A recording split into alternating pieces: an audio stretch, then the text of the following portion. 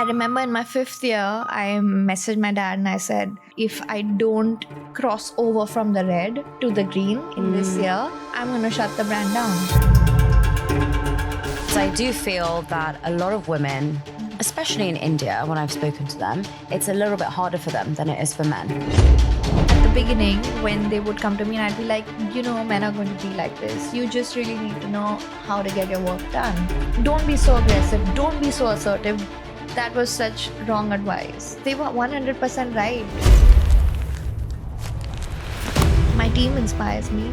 And the fact that I can actually work with so many girls, tell them that you can ask for a raise without them getting emotional, without their voices like shaking. And the only thing that I tell them is that you have a right to ask, I have a right to say no.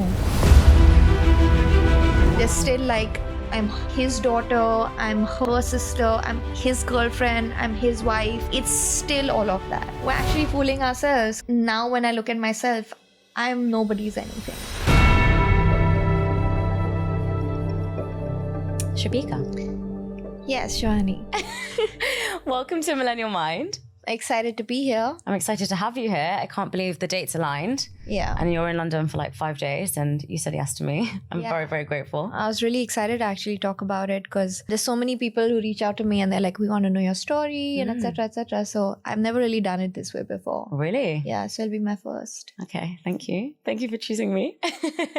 So I want to start with your journey. So I'm sure everybody who's watching this knows that you are the founder of Papa Don't Preach, one of the most amazing brands ever, which is why I'm wearing this crazy pink outfit. Everyone who watches my podcast will be like, you never wear that. That's so on you. But I had to for you today. I'm so glad. Yeah, I spotted you from a mile away. So tell me, why did you start Papa Don't Preach? And tell me about the name. Is it really like Papa Don't Preach to me?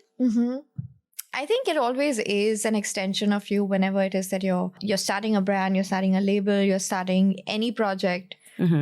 There will always be a very personal reason attached to it. At least back when we started, when millennials started doing it, I think Gen Zs are a lot more analytical that way. Yeah. But when we did it, it was just very instinctive. So yeah, there was a lot of Papa Don't Preach in it. Because I'm also Punjabi and Papa is like a central, figure. Yeah. You kind of run away from it and you run towards it. So there was a lot of that. He's very instrumental in shaping who I am, who my sisters are, how we operate in this world, especially like in our work. So yeah, there was a bit of that. But mostly I knew that it had to come from music because I think that is common for most creative people. That you often find what's going on inside of you, like you find a language in the music you're listening to and it kind of like shapes and molds and like gives it color and structure. So I knew it had to come from song. So I just sat with my playlist and I was going through it and this just popped right at me and I was like, oh my God, that is me. And then I called up my friend and I told her, what do you think of this? And she said, oh my God, it is so you. But please check with Papa if he's going to be okay with it. And luckily, Papa was at home that day. So I went to Papa and I said, Papa, what if I call it Papa Don't Preach? And he said, it'll be amazing. It'll be so good. So yeah, that's how Papa Don't Preach happened. And I think it's such a lovely name that it's an icebreaker. It's an instant icebreaker. Nobody like really knows what to say to me when they see me, but they just go like, okay, why the name? Like, why Papa Don't Preach? And it always starts such like exciting conversations because they have so much history with Madonna and some of them don't, like a lot of people don't even know it's a Madonna song or who Madonna is. I didn't know. So the other day I said to my mom, guess who I'm interviewing on Friday? And I said, do you know Papa Don't Preach? And she started singing this song. And I said, what? You not know? She goes, what? I was like, what are you singing? She was like, that's a song by Madonna. And I was like, no, not the Madonna song, the brand. I'm really surprised. Yeah, but yeah, that's where it came from. Say hi to mom from my side and thank you for that education. Yeah. Yeah, so that's what it was. Wow. And so have you always been into fashion? Have you always been a designer? I feel really fortunate. I tell people that my parents kind of gifted me the gift of boredom, which is that when I would come back from school, they would just let me be. There was no rushing me to like class A to class B to like this class and sports and then they would just let me be. And I think when you're getting really bored, the things that you instinctively attracted to or drawn towards are the things that you're actually like aligned to do. So yeah, in those moments, I would be cutting up like my brand new cargo pants. I really didn't care about my pants, but I wanted to cut out the pockets because they were like a bag size, and I would attach a string and I would make bags out of it and try to sell it to my friends. Some of them really tried to even buy it. So it was very natural to me, and I see that in my sisters as well. Right. So I think that parents play such an important role in shaping whether or not you will align to your purpose or align to what you're naturally gifted to do. So I got lucky like that. But, having said that, I'm not really obsessed with fashion per se. I haven't really watched Sex and the City. I don't really obsess over. I don't really know what's trending or what brand showcase what or what designer showcase what at what fashion week. For me, fashion is just a canvas which I use to kind of express my creativity. Even when I finished my studies, I finished my 10th and my 12th and my junior college. I don't know what you call it here. But I didn't really go into fashion. I haven't really studied fashion. Right. Because I was like, I want to do 100 million things at that time because, I used to read so much. I wanted to be a lawyer. I wanted to do international relations. I wanted to learn horse riding. There was just so much I wanted to do. So I ended up doing mass media and specializing in journalism. Then I made a business acquisition, as I like to call it, at 19. Wow. Thanks to my dad again. Thanks to my papa. So when I was studying journalism, I really wanted to do like evening classes or a summer course or something in fashion because I was drawn towards it. Right. And then this local boutique auntie came to me and she said, because I used to visit her often and obviously she must have seen I have a keen interest in like aise banana hai and you do it like this. So she said, I need to sell my business because I need the money. So let me know if you're interested. And I went to my dad and he said, luckily he's Punjabi. So, right. I mean, he gets really excited by like business. Okay. And he said, Joe, okay, give me a business plan and let's figure out how you'll do it. But your study shouldn't suffer because I was still in college. So that's how it happened. And he helped me make my first business acquisition. And it was for 60,000 rupees. At that time, it was a big deal for me. Okay. I don't know what the conversion would be. 60,000 is probably, is it by 100? So 6,000. Yeah. Yeah. Yeah. So it was a huge deal for me. And I got one Master G, 2 tailors, and it was a 200 square feet tailoring shop, literally. So I would go to college in the morning and I would come back in the afternoon and sit at the tailoring shop. And I thought I'd learn on the job and I'd suddenly start making these beautiful clothes. But the reality was that I needed to pay rent and I needed to pay salaries. And I think at 19, you're just so naive about all of that. And like in your school and even in uni, you don't really prep for what it really takes to run a business if you ever want to. So what I ended up doing majority of the time was just stitching petticoats and like sari blouses for like 100 rupees, 120 rupees. And then aunties coming in and like haggling and saying, she makes it in 100. Why are you charging me 120? And I'm like, but I put this lace on it. I made it in satin, auntie, that is not cotton. I made it with love. And so I decided that I'm not going to interact with clients because that was really overwhelming for me, which was also a reason why I called it Papa Don't Preach. And I launched Papa Don't Preach as one of the first independent labels to start an e-commerce website in India where it was like made to measure and stuff like that. But this happened when I put a pause on my tailoring shop, finished my graduation, handed over my tailoring shop to a friend. I said, take care of it for 7 months. I came to London and did a really short course, which you can't really call a fashion course because you actually need 6 years to be able to be technically sound at fashion. Wow. So yeah, I did that, came back and I took back my tailoring shop and I expanded it and I decided that India needed me because at that time, high street wear didn't really exist. In India, there was no Zara, there was no nothing. Right. And I came back and I told my dad, listen, like I went to London and there's just all these high streetwear brands and River Island was my absolute favorite. Okay. And he said, but why do you think other Indian designers haven't done it? And I was like, they've just not thought of it. And he was like, that's not possible. And I was like, no, they've just not thought of it. Like I have this brilliant idea. So again, that's really naive, So I launched it with like these flash mobs that we did, again, one of the first in India to do that in like all these nightclubs inspired by Gossip Girl. And for 2 years, I tried to run it as a high streetwear label. Okay.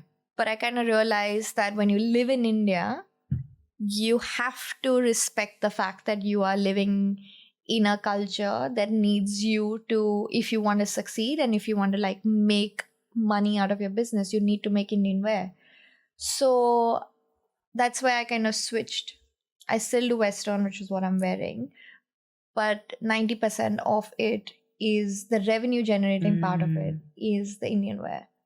I don't know what your question was. I lost track.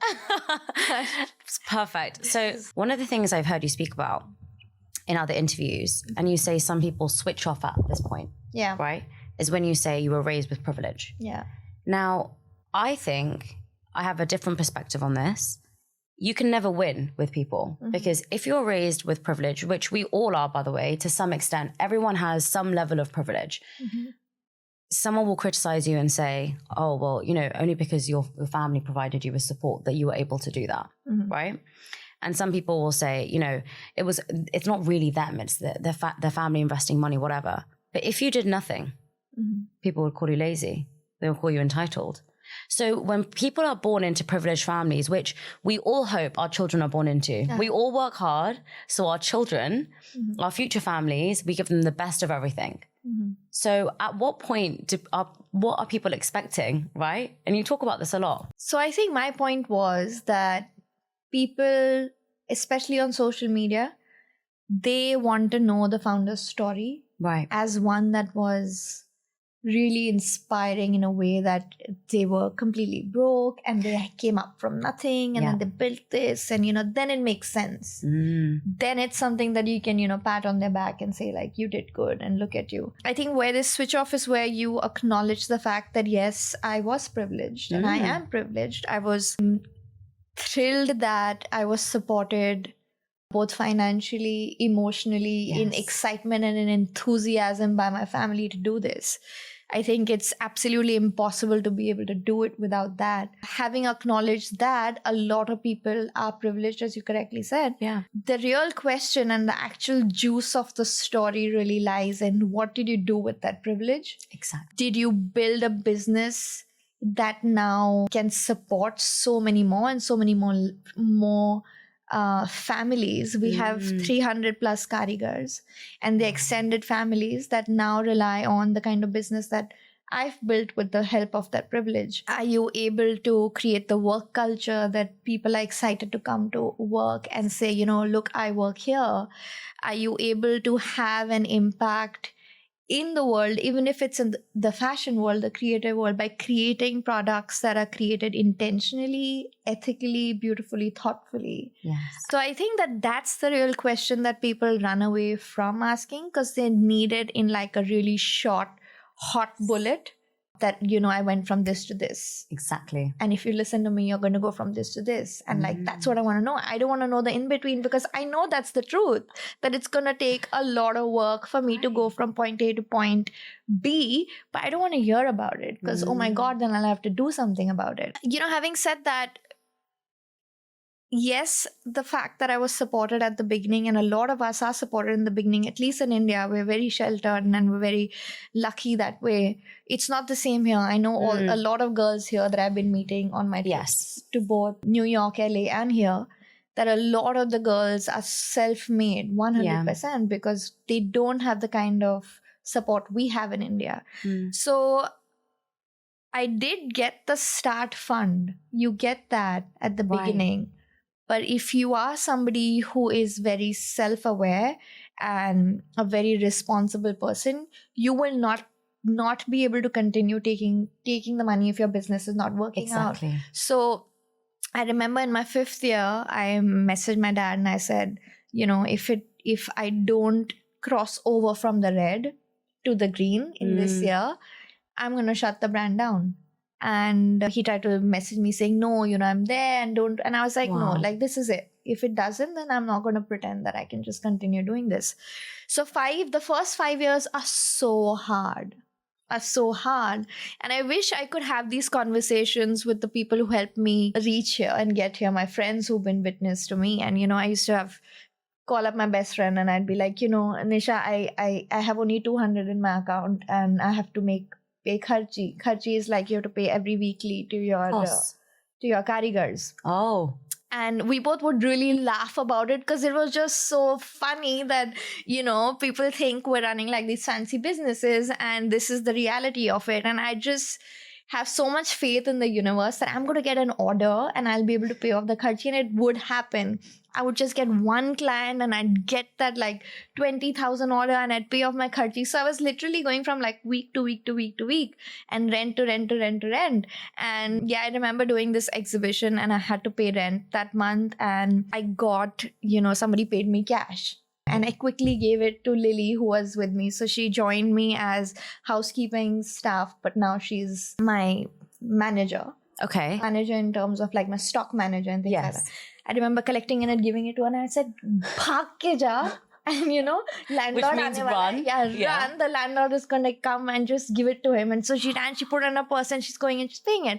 So that is the truth of it. And That's I think crazy. but that is the reality. And that is what makes it so exciting that today I can talk about that and feel so privileged by that as well. But it But was how were hard. you not scared? I mean, I'm not going to lie. It's not that I wasn't scared. And I think it takes a lot of people supporting you and kind of building you up at every point and saying, it'll be fine.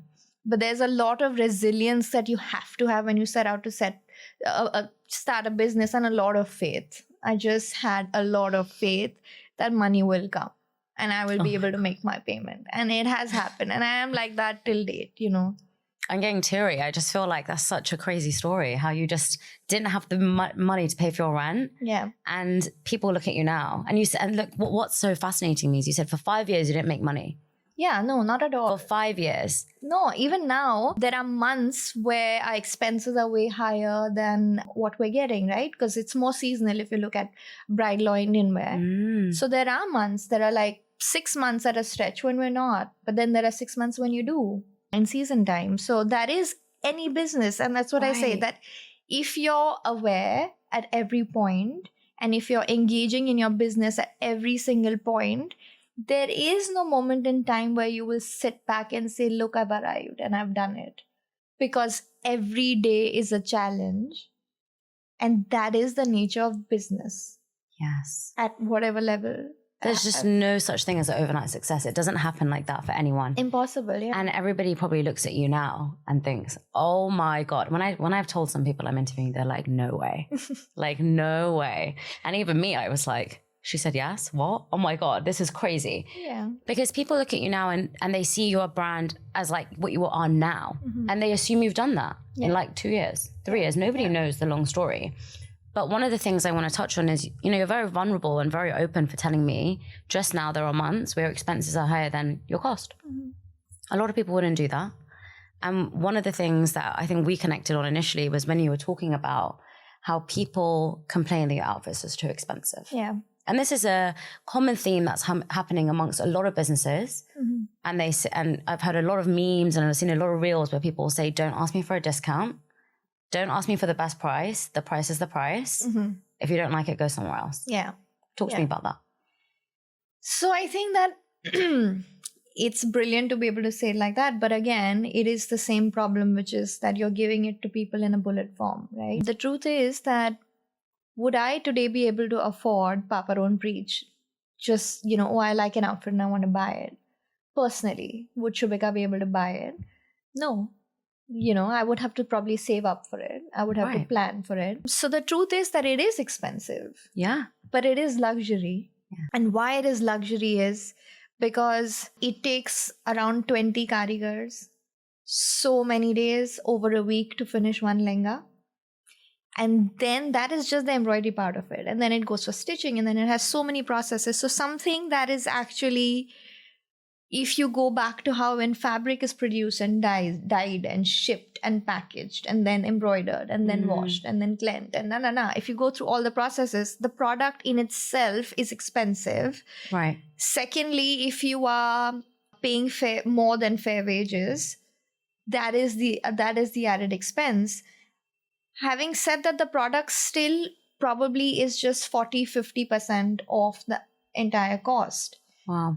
It is the luxury, it is the brand that attaches the additional cost. And why that happens is because So if today somebody wants to come and shop a Papa Don't Preach, and if I don't give them a store, if I don't give them an experience when they walk in, if I don't give it to them in the right packaging, if I don't put it on models, if I don't have it on Alia Bhatt, if I don't have it, the aspiration wouldn't be created. You wouldn't really want to own it. You wouldn't actually want to like walk into the store, sit and say, listen, I wore a Papa Don't Preach. So you want the luxury experience. You want people to say that, look, I'm wearing a lehenga that Alia Bhatt probably wore, but you don't want to pay for that.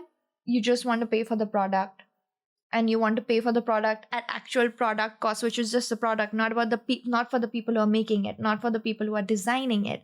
Designing a lehenga takes, I think, close to a month, which is IP, right? How long and how many people and how many designing hours, and then to actually be able to execute it, and how many masters and how many pattern cutters and how many people are involved and how many steps are involved in making that product, versus going to a boutique where you're saying, you know, there to you get copies in like half the price. But that's because they didn't have to invest in a team that thought of the design, that came up with the design, that made multiple corrections and changes. So of course you're going to pay half for it because they really did nothing. They just really lifted it off the internet and made a copy, you know. And your 4K camera, as you said. Yeah.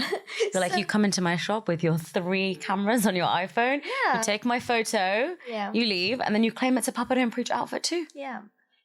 And okay, I mean, if you want to do that, you do that. I'm not no one to judge you. But then you want to tag me. Yes. And then you want to say, look, I'm wearing a Papa Don't Preach when you're wearing a copy. And that's so unfair that you don't want to shop from me. You want to say it's so expensive. It's overpriced. Not just that it's expensive. I understand it's expensive. I understand that myself, because if I would have to buy it on my own, I would also find it expensive, because luxury is expensive, because it's an entire experience. It's an entire brand and like an ecosystem attached to just more than just the product. But you say all that and then you tag us to let the world know that you've spent 3 lakh versus the 50,000 that you've actually paid. That's really unfair. And now you want to be associated with my brand? Yeah. I found that so powerful. Yeah. And then they actually respond by saying, oh, but you know, I'll send you a receipt. I've actually shopped from you. And then, you know, or they'll say things like, oh, I hadn't even heard of your brand. I just bought it from a boutique. So how did you tag me? So these it's so frustrating at every level, that at least have the courtesy to say, you know, and there are so many brides who do copy us. We don't really go out saying anything to them. I'm saying don't tag us. Yeah. You know, don't try to, I mean, that's the least that you can do.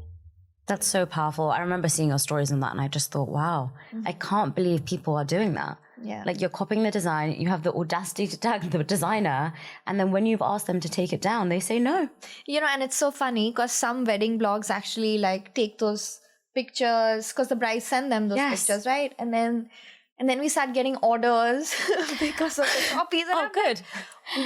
What do you do? Like, what do you do in this whole thing? And then I told my girls, okay, share it. I mean, if we're getting orders, share the pictures. I mean, why not? Oh my God, so then you're sharing it? Yeah, that just happened once. But I'm saying that's so funny because you don't know whether to laugh or cry in these situations. So you just... And people say, oh, imitation is the best form of flattery. Okay, it is. It is. But it's such an insult. But also no. Because now what's happening because of social media is if I don't post it immediately, I'm going to lose followers and lose interest. So I need to post it immediately, even before we are ready with the production to back it up, right? As soon as I've released the picture, people have already started copying it and it comes out in the market. By the time we're out with the collection and the production, people are like, oh, I've already seen it in like here or there. And so that actually hits the business, and that's really upsetting. It's no longer about flattery or not, because the world has changed, the speed has changed. It would have been flattering if it came out like 6 months after I've released my collection. Now it comes out even before I've released it, just because of the BTS or like a snippet that we've shared. Wow. Yeah. So it directly impacts businesses. And that's what people say about fast fashion, right? Yeah. Designers spend so long trying to curate the perfect pieces. People come in, swoop their idea, and it's already out in the market. Yeah. And everyone's already over it, or everyone already has it. Yeah. And then people are like, oh, but it's not your IP because you've not trademarked it. But I'm like, have you ever tried to understand what the process of trademarking is or patenting is? I would have to spend years trying to patent one lehenga. And by the time I've done that, I'm already sick of the design. So there is like no winning here. Sorry, people want you to patent every lehenga you put out. I mean, that's when you can claim it to be your IP. Oh right? my God. But for every single, it's so expensive. It would be like It's expensive. I mean, crazy, it's, time consuming. And also there are so many loopholes, right? Like if in your entire lehenga, the person has changed a little bit of the flower, it's no longer a copy. So what's the point? Yeah. That's crazy. I want to talk about your experience as owning a business as a woman, because I do feel that a lot of women, especially in India, when I've spoken to them, it's a little bit harder for them than it is for men. Did you have that experience?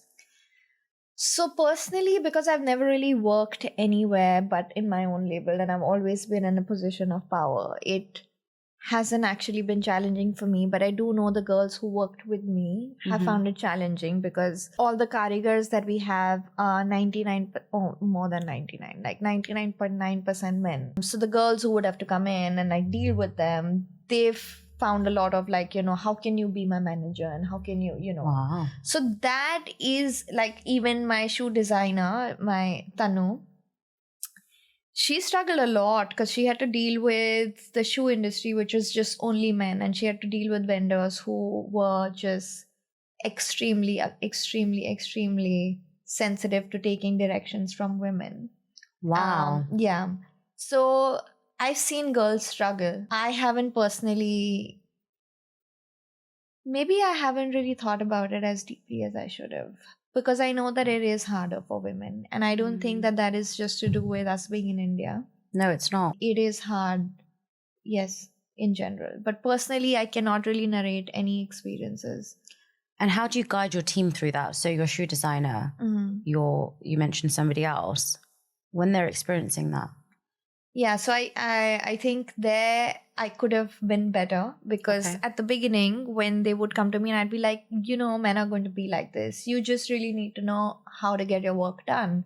Don't fight back, but just like figure out a softer way to just get your work done, because you just have to get your work done, right? Like say this or say that or do this. So just like, don't be so aggressive. Don't be so assertive. Don't be da.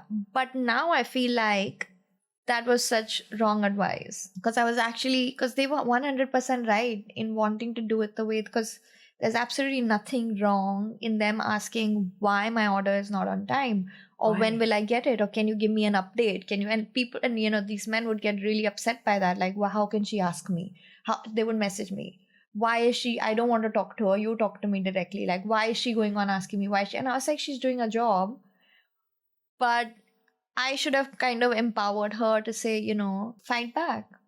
As women, I feel we're very much told not to be assertive. Yeah. And when we are assertive, when we are strong, when we are firm, people look at us as difficult. 100%. I felt that my whole life. 100%. And when I stand my ground on something, as much as I stand my ground, inside I feel guilty. Yeah. Because I think, what are they thinking of me? I agree. If my mum asks me for something and I say no, and I set a boundary, I still feel guilty. Yeah. Why is that? It's just ingrained, right? Being a good girl is ingrained. It is. It is. And it's so hard to understand that there is just not a good girl and a bad girl. There is an in-between. And the in-between has never really been defined. Yes. By anyone, especially not in our role models, like our mums or anybody older than us, at least from that generation, because they just had it so much harder. So much. And because words and like these quotes and like all these things that we see on Instagram are okay, but the only way to actually learn this is by watching somebody. And I think the role models were missing. So we didn't know what an in-between girl looked like, and like, what is her objective? Like, how do you define her? And what does she look like? What does she say? And it was so scary to become that person who suddenly wouldn't have that identity. And like, who am I right now? It's so important for us to be able to identify at every point that, oh, I'm being like her, I'm being like this one, so I'm okay, I'm being like her, so I'm bad, I'm being like this or that. So it's the in-between that I think is our responsibility to now be able to define and be role models for the next generation. And I feel really fortunate. Somebody asked me on the panel the day before, what inspires you? And I said, my team inspires me. And the fact that I can actually work with so many girls and sit with them and tell them that you can ask for a raise without them getting emotional, without their voices like shaking, like, I don't know how much I and Yes. they're so scared. And I can picture myself in their shoes. And the only thing that I tell them is that you have a right to ask, I have a right to say no. Both parties are equally empowered here. So don't be afraid, because like if you ask for something really crazy, I will be able to say, listen, I won't be able to do that, and vice versa. So there is a power imbalance in girls. They need to be built up. Like, we have to be built up. Now I'm 35 now in 2 days. Wow, happy birthday. Thank you. So, and I think what happened to me when I turned 30 was this kind of a realization that, oh shit, I don't know my identity in a very real sense of like, am I a good girl or am I a bad girl? Because there were certain decisions I was taking in my personal life that was just making me question that all the time. And this cannot be learned unless you are put in a position or a life situation or an experience where you're absolutely identityless, and the only person you can identify with is yourself. And then you're forced to look at like, who am I now? So I think that in your 20s, and that's most of the girls that I work with, luckily they haven't had life experiences that have put them in a position where they just only need to identify with themselves. Wow. They're still like, I'm his daughter, I'm her sister, I'm his girlfriend, I'm his wife. It's still all of that. Wow. And as long as we're doing that, we're actually fooling ourselves, because we're actually like losing so much time on just, and now when I look at myself, I'm nobody's anything. Same. So I have to really, really, really find who I am. And I think that's a journey that I'm on right now. I think that without the recognition that everything that I do is interconnected, I'm completely 100% interdependent, and there are people who are dependent on me and I'm dependent on them.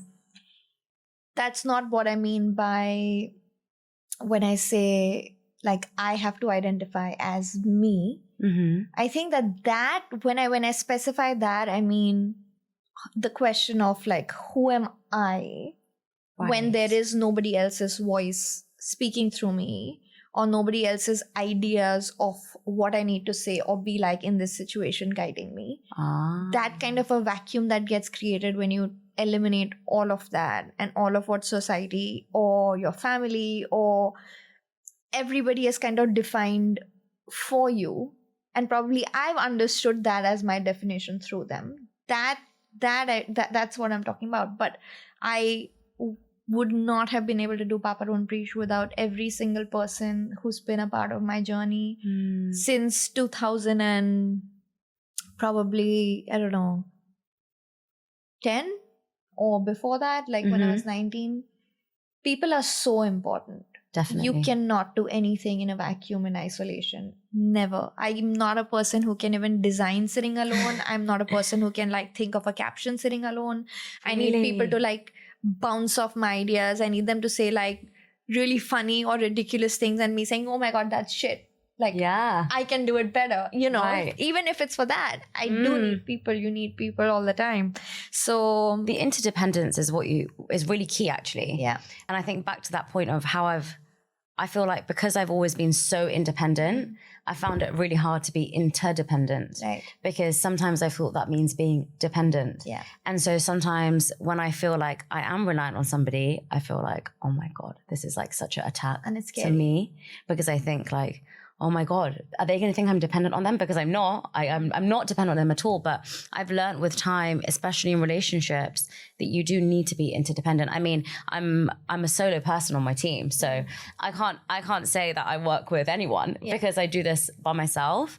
But I think when I do hopefully one day get a team and work with them, that interdependence is key. And I remember reading a book about it. It was, say if there's a wall and you're standing and you're trying to look over the wall, Dependence would be like someone has to carry you to look over the wall. And interdependence would be like you lean on each other so you can both see. Absolutely. Right? I think. But this is a team, right? The people you have on this couch with you is a team. Yeah. So you are working with people. You wouldn't have a podcast if you didn't have a team. If I didn't have anyone to come on. That's so true. So Papa Don't Preach has dropped the women's wear label. Tell me about that. So I think when COVID hit, everybody went through that phase of, especially I'll only speak for myself. I went through that phase of, I want to leave everything. I want to shut down my brand. I want to go to like a yoga ashram and I want to just, what am I even doing? What's the purpose of it all? Like, why am I making clothes, shoes, bags? What is this? Why, I can tell you your purpose. Yeah. So I went through that and then we came out of COVID, and I remember this was post the first lockdown, which was a really long, severe lockdown. At least in India, you couldn't step out of your house. We did this shoot, and I think that's what's so beautiful about Papa Don't Preach, because every team member who has joined us has brought with him or her or them something so unique. So I remember this lovely boy Minaz, he joined the team and he identifies as queer. And just with him, there was this wave of, we want to do an entire campaign that's around queer love. And it wasn't anywhere around Pride Month or none of that. That was not the reason. So we did this, we found a real couple, we told their story. And I think that just set like a butterfly effect. And Alok with Menon decided to wear us. And I think when they did that, and the kind of reaction that we got on Instagram, it was a really emotional reaction because people absolutely hated us for doing it. Really? Yeah, and there was like, we were losing followers like 4,000 and like 5,000. And we're just like, I was sitting in a meeting and I'm like, what's going on? My team and my social team was so worried because we live in a time where it's so tough to get followers on Instagram. So tough. And here we're losing and we're literally dropping followers. So she was like, what do we do? And I said, nothing. I mean, it's okay. Let people leave. And then I decided to do a post and I wrote to Alok saying, I want to do this post where I want to say, okay, thank you for the people who are giving us love and bye-bye to people who are leaving. I hope you find love in your heart someday.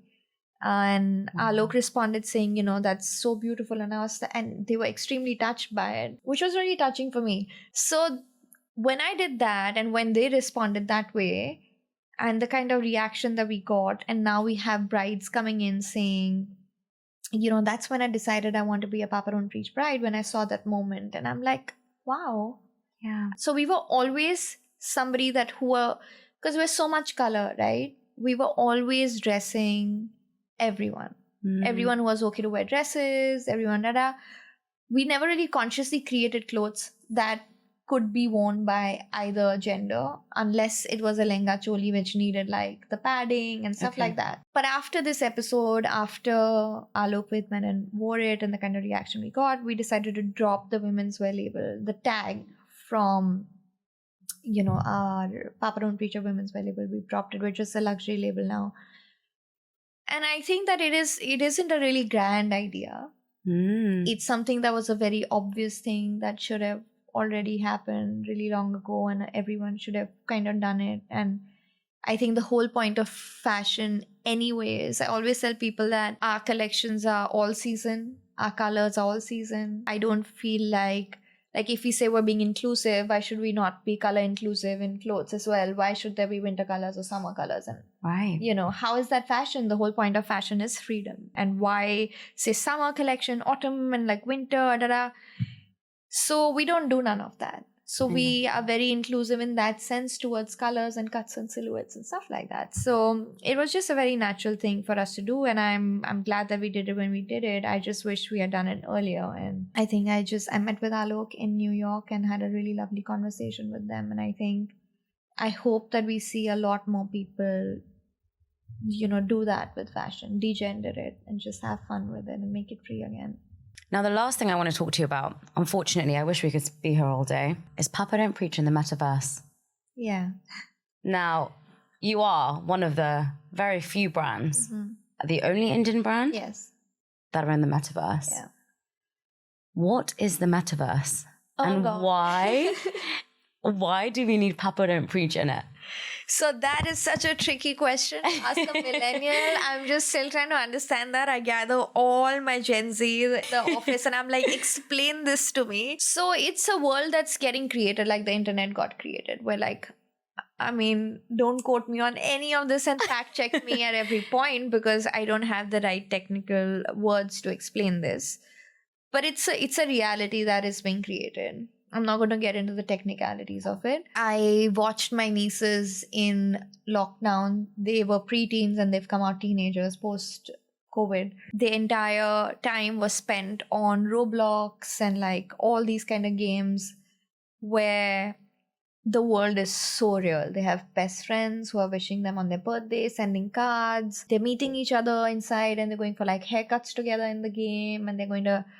So I saw that there was a really real world that was created. Mm-hmm.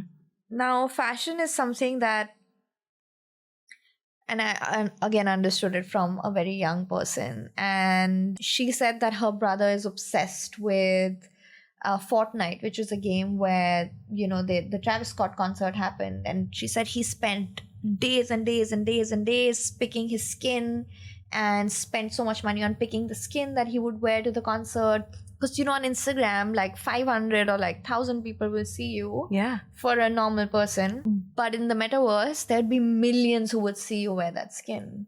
Right. So it's just an extension of this kind of life that we're living. We're opening up to like a bigger community that can interact with each other and be with each other and stuff like that. And fashion is always such an integral part of anything where you want to define yourself and show yourself and showcase yourself. So fashion is a very natural extension of people wanting to like step into this world, being themselves, looking like themselves, dressing like how they want to dress. So I don't know if there was a need for Papa Don't Preach to be in Metaverse, but I think that it is a very natural way life is extending now. And Papa Don't Preach is such a young brand that it is for the future. It is not of the present. So we are talking about people who are going to be on the metaverse and go to college and university inside metaverse and, you know, attend events and stuff like that inside metaverse. So we have to be ready for that. So yeah, it was exciting. I think we're also the only brand that made garments look 3D because of the embroideries. There's nobody who's really done it so far, at least to my knowledge, and it may be limited. But this is what I know, that all the embroidery we did was very 3D. It really looked very real, and I'm excited that we were able to do that. I'm excited to wear it in the metaverse and in real life. Yeah, I hope we do. I hope we're not too old for when that happens. We won't be. We won't be. But, you know, I've had so much fun talking to you today. I found your story so inspirational, even though you don't have to tell me from the rock bottom to the rock high. I really did. And I'm so grateful you've come. We have a new tradition now. Where we close the podcast with a truth or a dare. Okay. All right, then. Truth it is for me. Truth. Tell me one thing that you wish you could take back in your journey or do again.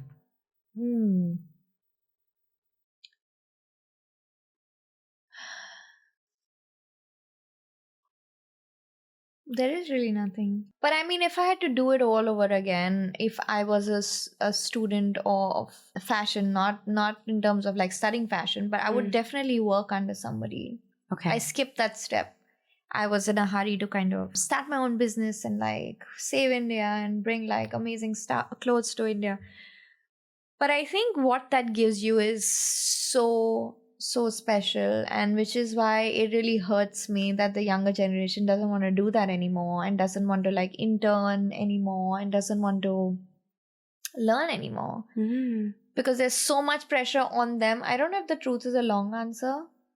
It's okay. Yeah, because I think what's happening to the younger generation is that they're seeing so many like overnight successes on the internet that they're like, if they're not making it and if they're not like successful and traveling and like, you know, they're not successful, they're not famous, and that's so unsettling. Like, oh my god, I'm just an intern at 23. Yeah, you should be an intern at 23.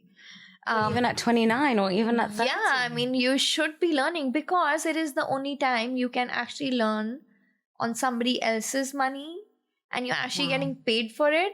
So all my trial and error and all the mistakes I made were on my own money. And I could have saved a lot of years. I could have saved a lot of money if I had just trained under somebody. And I would have had access to their network, had access to their own learnings and their wisdom. And I don't think anything, any book, any college can kind of replace that. So yeah, I wish I had worked for somebody. If at all, yeah. Well, thank you so much for coming. I'm really excited to be here. I'm glad we did this. And thank you. You're absolutely lovely to speak with. And I'm so thrilled that you're wearing pink. Next time, when we do this interview, I'll be wearing Papa Don't Preach. Yeah. Don't worry. Yeah, I hope it's in India. It will be. Hey everyone, and thank you so much for listening to this podcast. Wherever you're listening or watching, if you could press the like, follow, and subscribe button, it would mean the world to me.